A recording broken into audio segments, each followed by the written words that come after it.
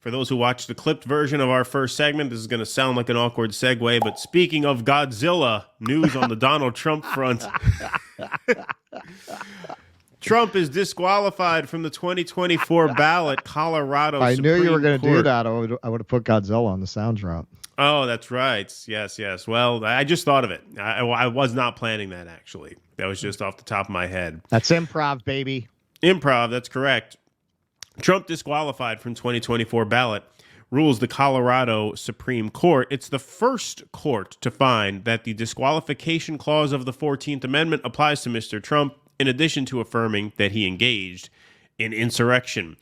Former President Donald J. Trump is ineligible to hold office again. The Colorado Supreme Court ruled on Tuesday, accepting the argument that the 14th Amendment disqualifies him in an explosive decision that could upend the 2024 election. In a lengthy ruling ordering the Colorado Secretary of State to exclude Mr. Trump from the state's Republican primary ballot, the justices reversed a Denver district judge's finding last month that Section 3 of the 14th Amendment, which disqualifies people who have engaged in insurrection against the Constitution after having taken an oath to support it, from holding office, did not apply to the presidency. You know, there shouldn't be Section 3 of the 14th Amendment. These amendments shouldn't even have sections. It's ridiculous. It's very unfair in the first place. I mean, Section 2... that's the whole ball game. Section 2, 14.2. That's the whole ball game. You don't even need Section 3. That's what these people do. They write sections you don't need. They put in sections everywhere. It's like who could keep track of all these sections? Now they're telling me there's a Section 3. I violated Section 3 of the 14th Amendment. Ooh.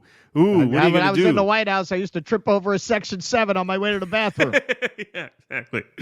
They affirmed the district judge's other key conclusions that Mr. Trump's actions before and on January 6, 2021 constituted engaging in insurrection, and that courts had the authority to enforce Section 3 against a person whom Congress had not specifically designated. A majority of the court holds that President Trump is disqualified from holding the office of president under Section 3 of the 14th Amendment to the United States Constitution.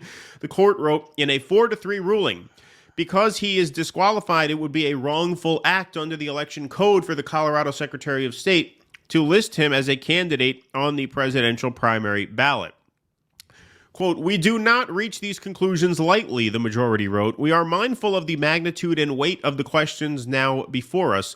We are likewise mindful of our solemn duty to apply the law without fear or favor and without being swayed by public reaction to the decisions that the law mandates we reach.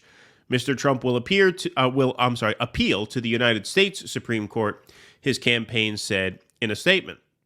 Tuesday's ruling applies only to Colorado, but if the Supreme Court were to affirm it, he could be disqualified more broadly.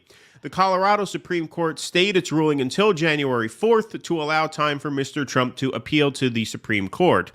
If he does, the ruling could be stayed for longer while proceedings unfold. The Colorado Supreme Court is the first to find that the disqualification clause applies to Mr. Trump, an argument his opponents have been making across the country. Now look at this. Similar lawsuits in Minnesota and New Hampshire were dismissed on procedural grounds. A judge in Michigan ruled last month Not that on the the issue, principle, though. Right, exactly. That the issue was political and not for him to decide. An appeals court affirmed the decision not to disqualify him. The plaintiffs there have appealed to the Michigan Supreme Court. Last slide. Tuesday's ruling is not only historic and justified, but is necessary to protect the future of democracy in our country. Noah Bookbinder, the president of Citizens for Responsibility and Ethics in Washington, said in a statement. Harry Potter franchise character. Yeah, Noah Bookbinder sounds like a Harry Potter character.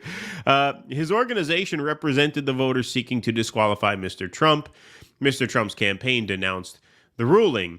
Unsurprisingly, the all-Democrat appointed Colorado Supreme Court has ruled against President Trump, supporting a Soros-funded left-wing group scheme to interfere in an election on behalf of crooked Joe Biden by removing President Trump's name from the ballot and eliminating the rights of Colorado voters to vote for the candidate of their choice. A campaign spokesman, Steve Chung, said, "Wow, he really has Trump's lingo down. I could have sworn that was Trump himself, but no, he has a good campaign press guy then."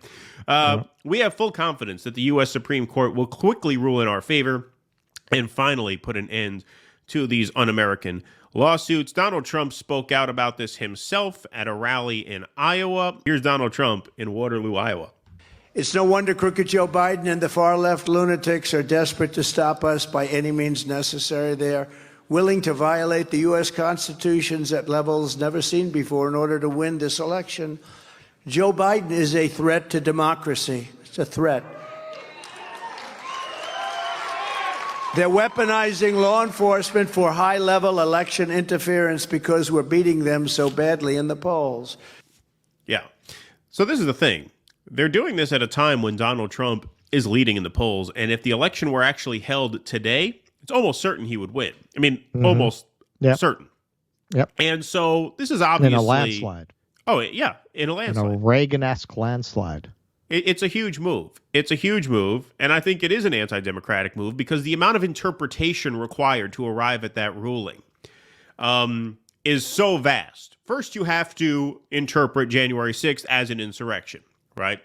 You have to get there. Then you have to actually get to a point by saying Donald Trump consciously ordered an insurrection on his behalf as opposed to having led a rally that then turned into a riot at the Capitol. Then you have to get to a point, as every court has to get to a point, of what is in the interest of stability, right? Courts act with a certain prudence. That's part of what this Supreme Court has been criticized for, not acting with as much prudence, as much concern for the stability of the country. That was what the Dobbs ruling was all about, right? That's why Chief Justice Roberts, hardly a liberal, was pushing very hard to actually uphold Roe versus Wade rather than turn it over because of the instability that would bring. And right. You issue a ruling like this at a moment like this, when you are essentially acting now to disqualify the leading candidate for the highest office in the world, that takes you past the point of no return. It really does. Like, you are really risking a very unstable situation by doing this. And it's been Russell's opinion all along that the deep state, by hook or by crook, would not allow Donald Trump into the Oval Office.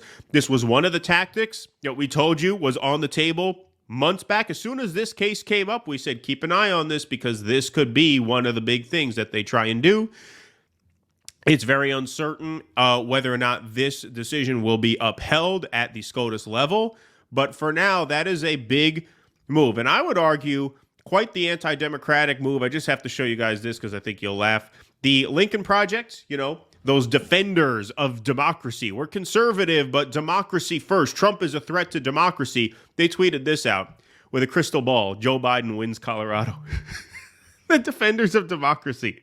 Yeah. Yeah, I wouldn't assume that even so. All right, so I would take a victory lap, but I've got a goiter and a bunion and a torn rotator cuff, and the combination doesn't allow me.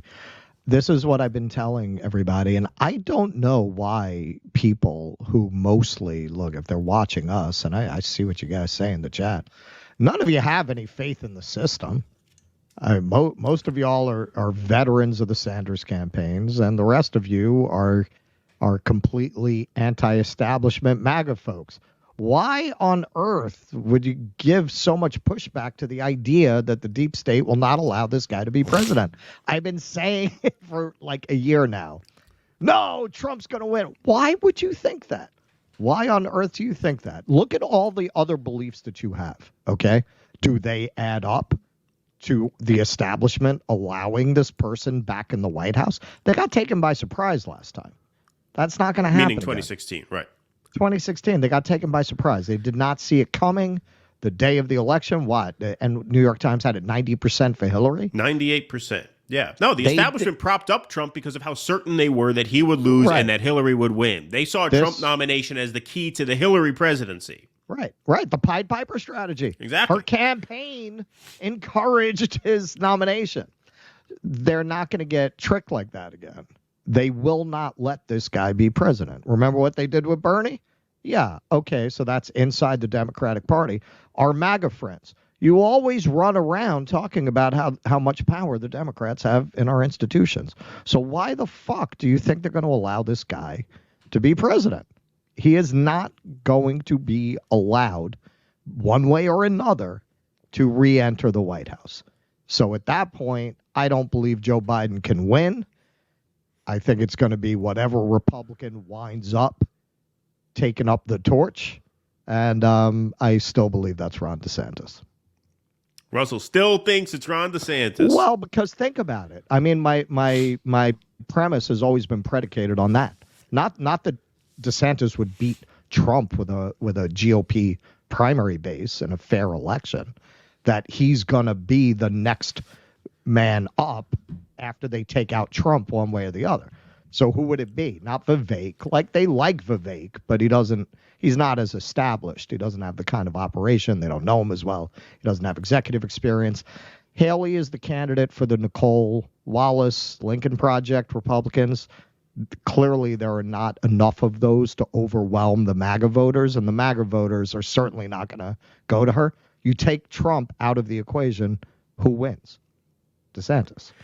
It's a question of, do they take him out of the equation before those primaries are over? I think you could have a situation where that could happen. By the time he's off the table, if they are able to take him off the table, and that's a big question, which we'll get into in our next segment.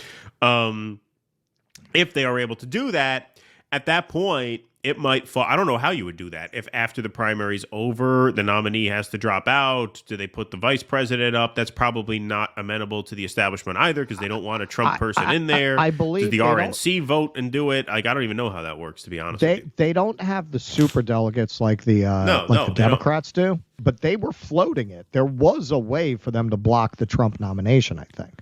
Like, it's not super delegates, but they have delegates. Like, they were talking about maneuvering to deny Trump if you are denied nomination a majority through party maneuvering. If you're denied a majority, so if it, like now California is the next state talking about disqualifying him. Now you say, well, he's not going to win California in the general. What does that matter? It matters because there's a lot of delegates in California because it's a high population state. Right. So for primary purposes, if you take those delegates off the board for Trump, you could get him under 50%, not under the plurality, but under 50%. And just like in the Democratic Party, if you're under 50% of the delegate count at the convention, they can do a coup at the convention. Right. Maybe that's in the offing. Who knows? Right. Please clap.